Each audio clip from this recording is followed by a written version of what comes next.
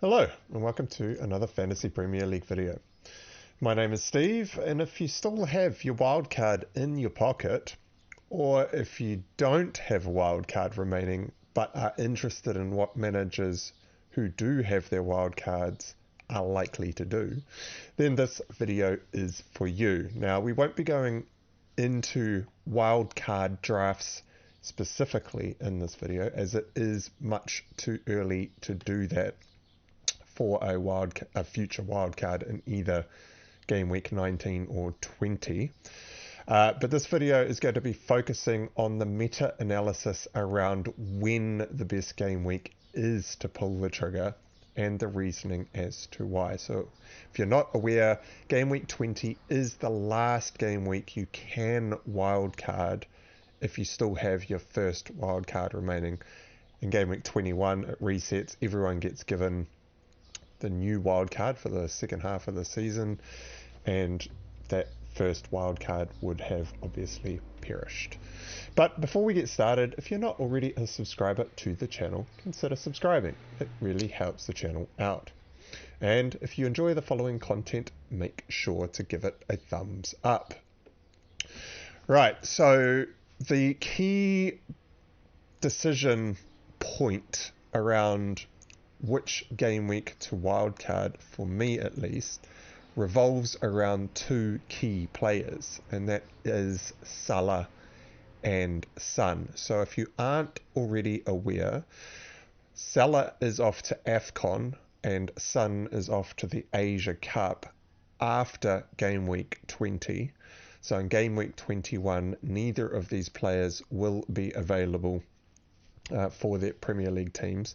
There's a whole bunch of other players out there that are also leaving as well, like He-Chan from Wolves and Bumo if he wasn't completely injured. So it's not just that these are the only two players leaving, but these are the two key players which I think are really driving the decision around which week to wildcard.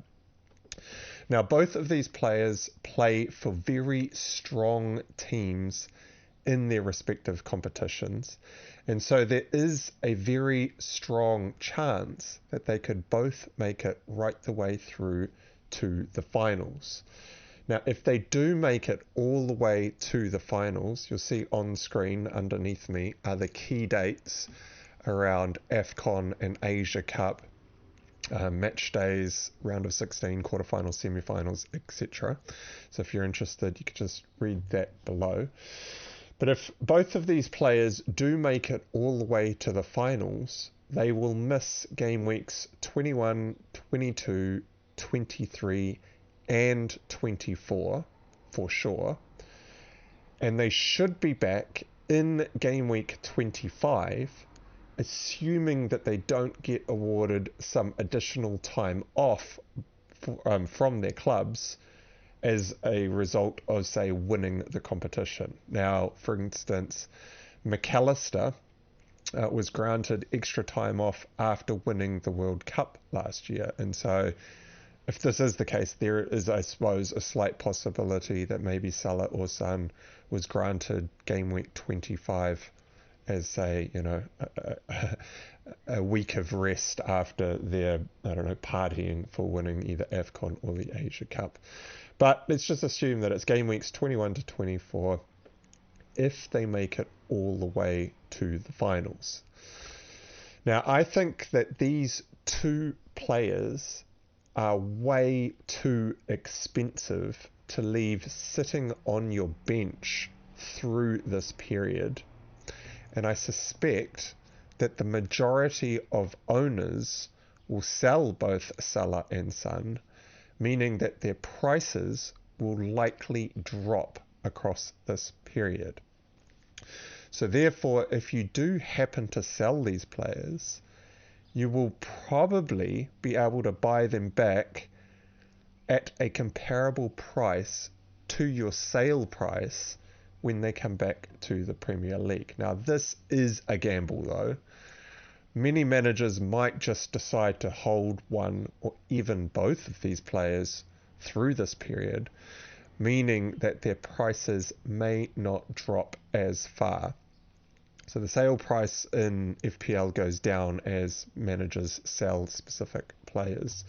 And considering that these players just will not be available for the Premier League, then my thoughts are that I think a lot of managers are just going to sell them because they could be out for 4 weeks, right? So for me, if you use the web app for FPL and go to the transfers page, this is the normal transfers page that you would normally see. You can actually click on this list view over here to check out what your purchase price was on a player, especially if you bought them ages ago, what their current sale price is and what their current price is.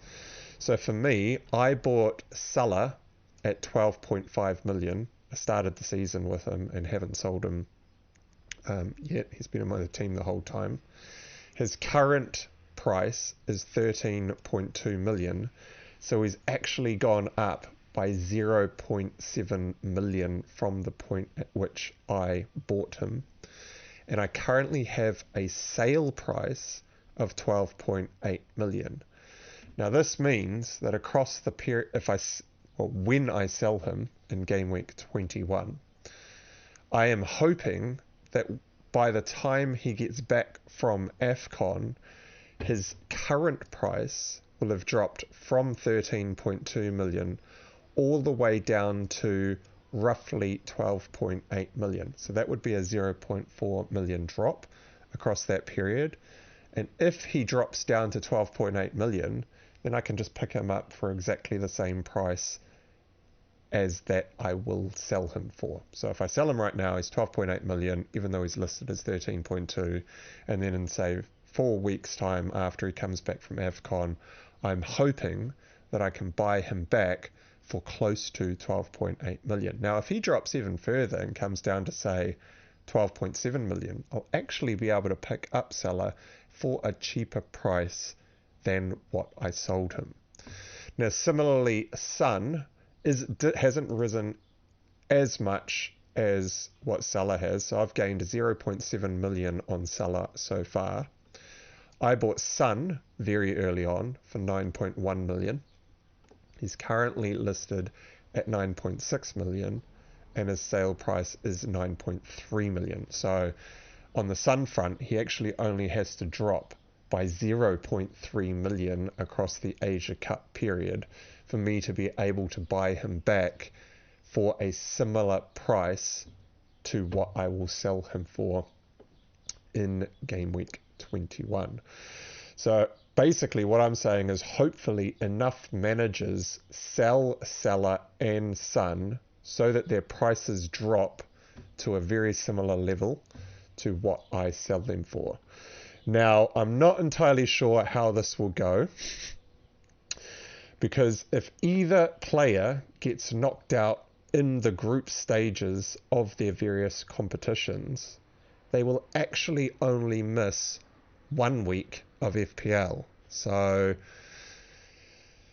the first games for AFCON and the Asia Cup are between the 13th to the 14th of January. The last games of the group stages are from the 23rd to the 26th of January, and there are rest periods in January for the Premier League. So the week of the 7th is a rest and the week of the 21st is a rest, which means game week 21 is actually the only game week they would miss, and they would be back for game week 22, which kicks off on the 13th of January if they didn't make it through to the round of 16. Now remember that Salah plays for Egypt and Son plays for South Korea, and these are two very strong teams in their respective competitions, and so they should both make it out of their group stages and probably even make it through the round of 16. And if that's the case, then they will be out of the Premier League for at least 2 to 3 weeks. Now, and as I've said, if they make it all the way through to the finals, they will miss 4 full weeks of FPL. Now, I think that this is a good enough gamble to take on, because I don't fancy leaving that much money sitting on the bench as a starting point. But plus, remember when Madison was out injured for Spurs, there were a lot of managers that went looking to sell Son at that point, and Son was still playing. So this is actually Son not even going to be available, and so I think there will probably be quite a lot of managers that will just sell Son Son and Salah when they leave for their various competitions. So therein lies the gamble, right? So I'm going to take this gamble on, and I'm going to sell both Salah and Son in game week 21. Now, a game week 19 wildcard revolves around this decision, and is the reason why I think a game week 19 wildcard is the most meta play. But I will go into the reasoning behind a game week 19 and then follow it up with a game week 20 wildcard. So I think that both Salah and Son are two of the top 3 players in the game of FPL, and their fixtures leading up until they depart for AFCON are just too strong to turn down. So if we just have a look at game weeks 17, which is this weekend, through to and including game week 20, Spurs are 5th on my fixture ticker, with Nottingham Forest away, great attacking fixture. Everton at home, pretty decent attacking fixture. Brighton away, very good attacking fixture. And then Bournemouth at home in game week 20 for Son as the last game he plays before he departs to the Asia Cup. These are very decent fixtures that I do not want to be losing Son for. Liverpool have a bit of a mixed bag of fixtures. They play Manchester United this week. That's a great fixture for Salah, especially with, not only are Manchester United playing very poorly at the moment, but they also have a lot of injuries in defence, and so we'll probably see a very different backline this weekend. They have a very tough fixture in game week 18 at home to Arsenal, but then they have Burnley away, which is a really strong fixture for Salah. And then in game week 20, they're at home to Newcastle. And Newcastle of late, and I've talked about this in other videos, are actually looking very tired and leggy given the intense fixture congestion that they've been dealing with and the injuries within their squad. And so this fixture in game week 20 might not actually be like a fully firing Newcastle team. And so I think these are still very important fixtures to be holding Salah for. So therefore, my plans are to have both Salah and Son up until and including game week 20, which is actually the key reason behind my decision to wildcard in game week 19. Now, the reason to wildcard in game week 19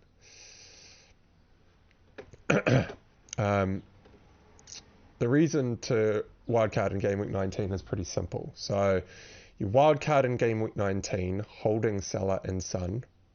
In game week 20 you bank the transfer. Now you always try to bank the transfer after your wildcard anyway, because you've just basically had a complete team reshuffle. And then you will have 2 free transfers in game week 21 to sell Salah and Son as they depart for international duty. And this allows us to hold Salah and Son right up until they depart and doesn't require any hits. Now, on top of that, the additional advantage to a wildcard in game week 19 is that we can actually dead end our teams into the game week 18 blank, meaning we can easily sell players like Haaland, as we can just buy them straight back on a wildcard the week following his blank. So if you're not familiar with the term dead end, it basically means that you know exactly when you're going to pull the wildcard, and every week leading up until that point you can make very short-term moves as the time horizon for these players that you're purchasing is very short for your team, because you know you're going to wildcard and get a full team refresh. Now, this is why I was happy to buy He-Chan last week, as I know I'll be selling him on wildcard soon. He's a very short-term hold in my team, as part of a dead end strategy. Now, a game week 19 wildcard also means that if we find out that Haaland is definitely out this weekend, i.e. in game week 17, then we know he's missing 17 and 18. We could sell him this week in game week 17, and we will be one transfer ahead of everyone else who doesn't have their wildcard, who does decide to sell Haaland, as they will all want to be buying Haaland back in game week 19 as they are away to Everton. So a game week 19 wildcard does put us a transfer up on all those managers who decide to sell Haaland for his blank. Now, if we find out that Haaland is playing this weekend, you might find that many managers won't sell Haaland for game week 18. They'll just hold him through the blank and play one of their bench members. But this also means that if we do dead end our teams, we can still sell Haaland, and we have that 1 week in game week 18. We can sell Haaland and buy any striker in the game. I'm planning to sell Haaland for Watkins, and so I would have Watkins and Isak up front, while everyone else would be benching Haaland and playing one of their defenders or something off the bench. So these are all the reasons why I think a game week 19 wildcard is the most meta play. However, if you will go into a game week 20 wildcard, and this basically hinders around the importance, or your assessment of the importance of holding on to Salah and Son. So if you are inclined to wildcard in game week 20, it means that you cannot hold Salah and Son for game week 20 unless you plan to either sell both of them in game week 21 for a hit, or you will have to leave one of them on your bench for game week 21 to avoid the hit. So if you wildcard game week 20 and you hold on to Salah and Son in that wildcard, in game week 21 you will only have one free transfer to sell either Salah or Son, and if you only use one free transfer, you would have to bench a 9 million plus asset. Now, I'm not a fan of this because I do not like leaving so much money on the bench, as I always try to invest as much money onto the pitch as possible. This is why I've been running with a very light bench right up until this point in the season. And the other disadvantage of going in game week 20 is you cannot easily dead end into game week 18. So you will either need to use 2 transfers to sell Haaland in game week 18 and buy him back in game week 19, or if we find out that he's out for game week 17, use a transfer to sell Haaland in game week 17 for this weekend and buy him back in game week 19. So that would actually spend 2 of your transfers, where you could be using those transfers to attack elsewhere, other fixtures. Or you have to go 1 week without Haaland in game week 19 if you choose to sell Haaland for his blank and buy him back on wildcard in game week 20.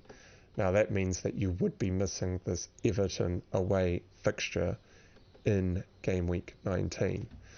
Now, if you don't mind having such expensive players on your bench, then this doesn't really apply to you, and you could look at a game week 20 wildcard. Now, this is not the way I play, but many other managers out there might be quite comfortable with leaving a £14 million asset on the bench for 1 week. So if you are a manager who also does not think that Salah and Son are that important to hold up until game week 20, then a game week 20 wildcard becomes very viable. Now, for instance, I think Sun's fixtures are amazing heading up until game week 20. But say if you were of the opinion that Salah's fixtures after game week 17, I mean, that's Manchester United fixture, we'll just skip that. That's probably a prime captaincy candidate. But let's say you really don't think Salah's going to do very well for this Arsenal game. You don't mind missing the Burnley away game, and you also think that Newcastle at home is a really tough game. Then you could just sell Salah, and this whole reasoning behind wildcarding in game week 19 just does not apply to you, and you could just look to wildcard in game week 20 instead. And again, if you are the type of manager that is looking to maybe even hold Salah or Son through the entire AFCON break, then again, a game week 20 wildcard becomes way more viable, and you could just look to push it out until the last week when that first wildcard is in fact available. Now, as I mentioned in the intro, I'm not going to go into a wildcard draft for game week what a game week 19 wildcard would look like and compare it to a game week 20 wildcard, as this would make this video just way too long. But you can expect a wildcard draft from me early in game week 19, as that's when I will be wildcarding.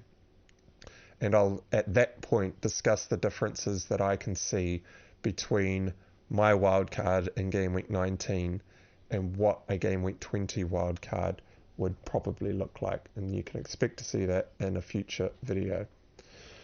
But that's it for today's video. So if you enjoyed this video and got something out of it, press the like button and consider subscribing. And if not, that's all right too. I appreciate you watching. And until next time, cheers.